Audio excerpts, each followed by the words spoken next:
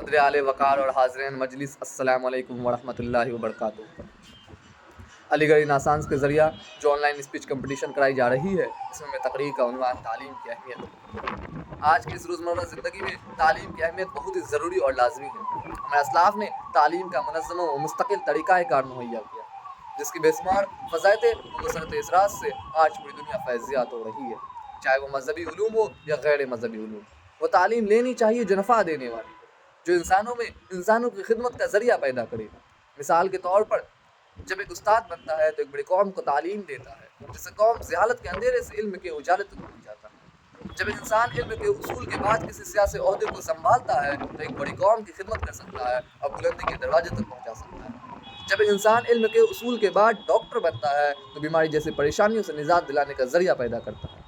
جب ایک انسان علم کے اصول کے بعد انجینئر بنتا ہے تو انسانی وفات کی چیزیں، گھر، پل وغیرہ وغیرہ تیار کرتا ہے، جو انسانی وفات کے لیے بہت ہی ضروری اور لازمی ہے۔ صدر اعلی وقار کسی بھی قوم کو سنبھالنے کے لیے، کسی بھی قوم کو سنوارنے کے لیے، کسی بھی قوم کو بنانے کے لیے اگر کوئی بہترین آلہ ہے، اگر کوئی بہترین ہتھیار ہے تو وہ صرف اور صرف علم ہے۔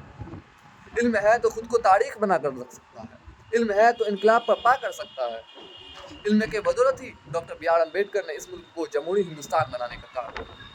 علم کے بدولت ہی اس ملک ہندوستان کو انگریزوں کے چنگل سے آزاد کرنے میں اہم کردار نبھایا۔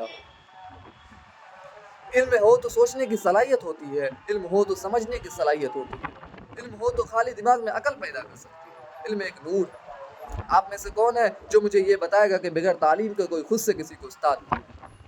آپ میں سے کون ہے جو مجھے یہ بتائے گا کہ بغیر تعلیم کے کوئی خود سے کسی کو انجینئر بنایا؟ آپ میں سے کون ہے جو مجھے یہ بتائے گا کہ بغیر تعلیم کے کوئی خود سے کسی کو سائنٹسٹ بنایا؟